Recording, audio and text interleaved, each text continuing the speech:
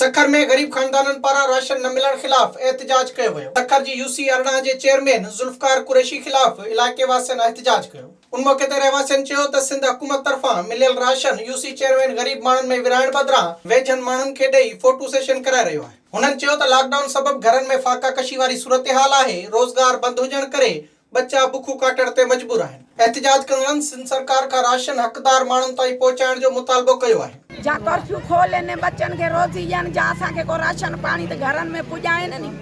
असां कंहिंजा थियूं, चिकन था बचड़ा नंढड़ा।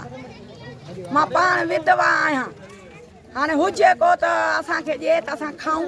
हे ज़ुल्फ़कार ॾे वियासीं, असां मोटी आयासीं, 3 ट्रकूं भरियूं बीठियूं आहिनि। कोन्हे भई रवाज ते पिया था ॾियनि, पंहिंजे महले में ॾियनि था, अलाए किथे त पंहिंजे महले वारा सभु ईअं वेठा आहिनि।